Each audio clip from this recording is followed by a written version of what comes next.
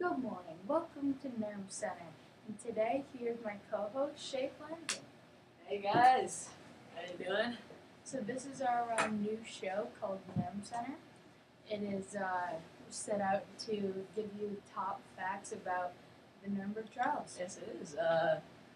Start of our show. The Nuremberg trials were a set of 12 trials that happened around 1946, and they were they were used to convict some of the war criminals that were criminals during the war and convict them and make them repent for the crimes. But not all of, as you'll learn later in our show, but a lot of different things happened. Not all of the criminals made it to the trials. Yeah. Different things happened. Different things happened. You know, some things didn't work out. Some things did. Tune into the rest of our show to find those things out. Yeah. Thank you. So Nuremberg, Germany was chosen as a site for the trials for two specific reasons. One was that the Palace of Justice was there, and it was very large, so it could hold a lot of people, and that it was largely undamaged, which is kind of weird considering the decimation that Germany had encumbered. Yeah, that is pretty amazing. Yeah, it is. Okay, so what do you have next for us? We have what it means to be charged as a war criminal.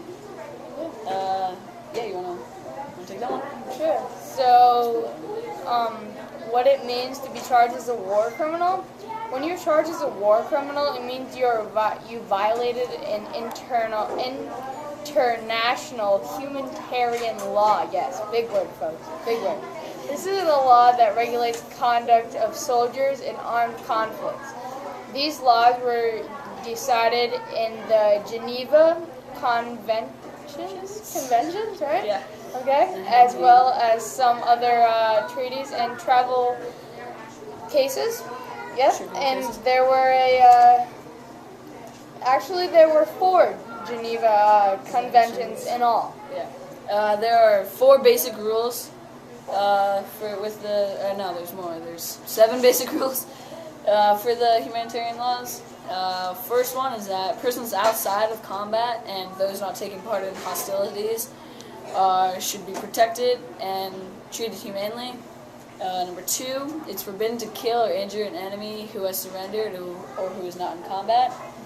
Number 3, the wounded and sick shall be cared for and protected by the party in conflict which has them in power. The emblem of the Red Cross is or the Red Crescent would be a sign of protection and surrender. Yeah. That's why the hotels or hospitals and stuff have those. Yeah. Yeah, it's just something new every day. It's crazy.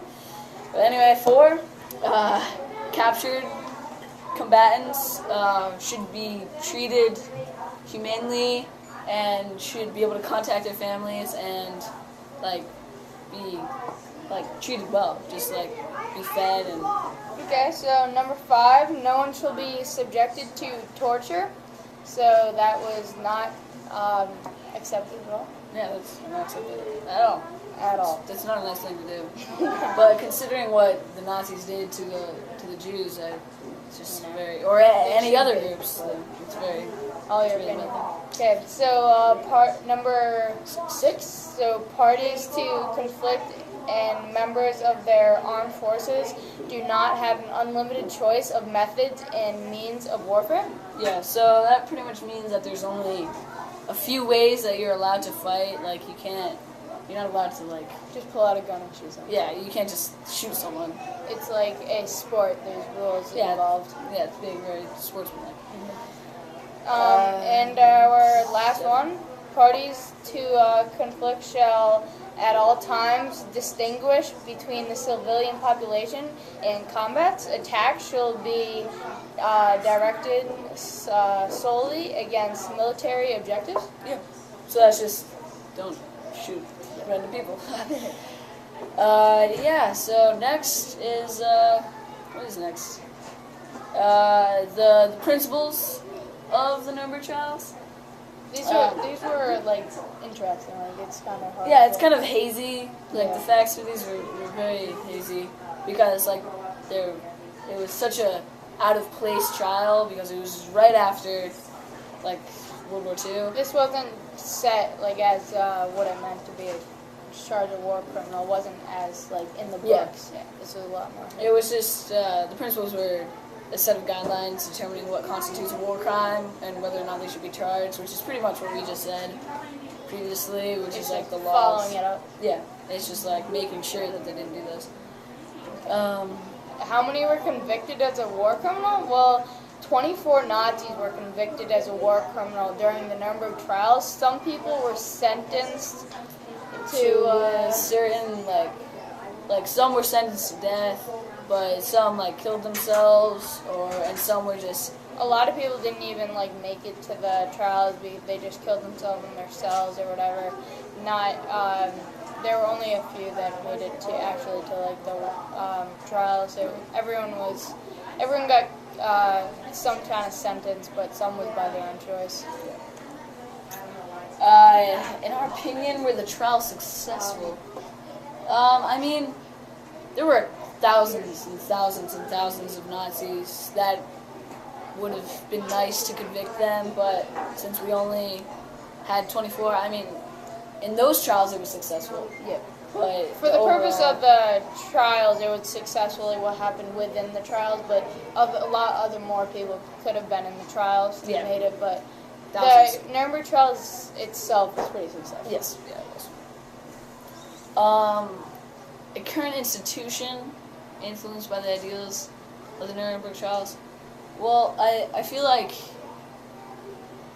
how well Nuremberg trials went, like how they kept their prosecutors and their defenders was very well, and I think that like it went well, and any courtroom nowadays, they could have been influenced by how the Nuremberg trials went, or any kind of institution or courtroom or jail or like anything like that.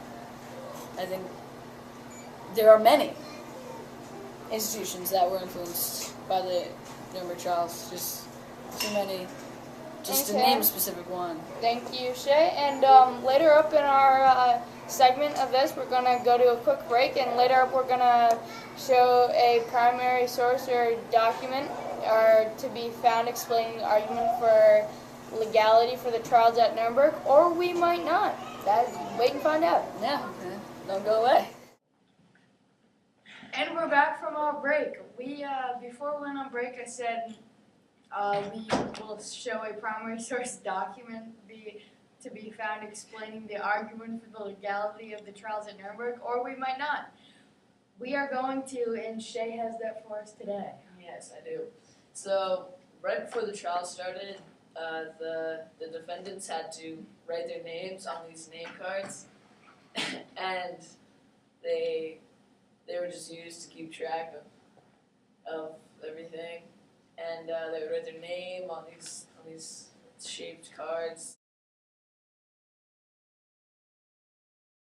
and the day and what they're being convicted of, and we found these at the National Archive Collection of World War II war crime records, and I think that was good because we found a couple names. Yeah, good find. So there is a primary source document, but definitely that's not the only one out there. I'm sure you could find more. And so a question that a lot of people ask is like, who is responsible for the Nuremberg trials? Yeah. A lot of people involved, but who is actually responsible is the War Department was responsible for the Nuremberg trials. They were President Kennedy, right? Yeah.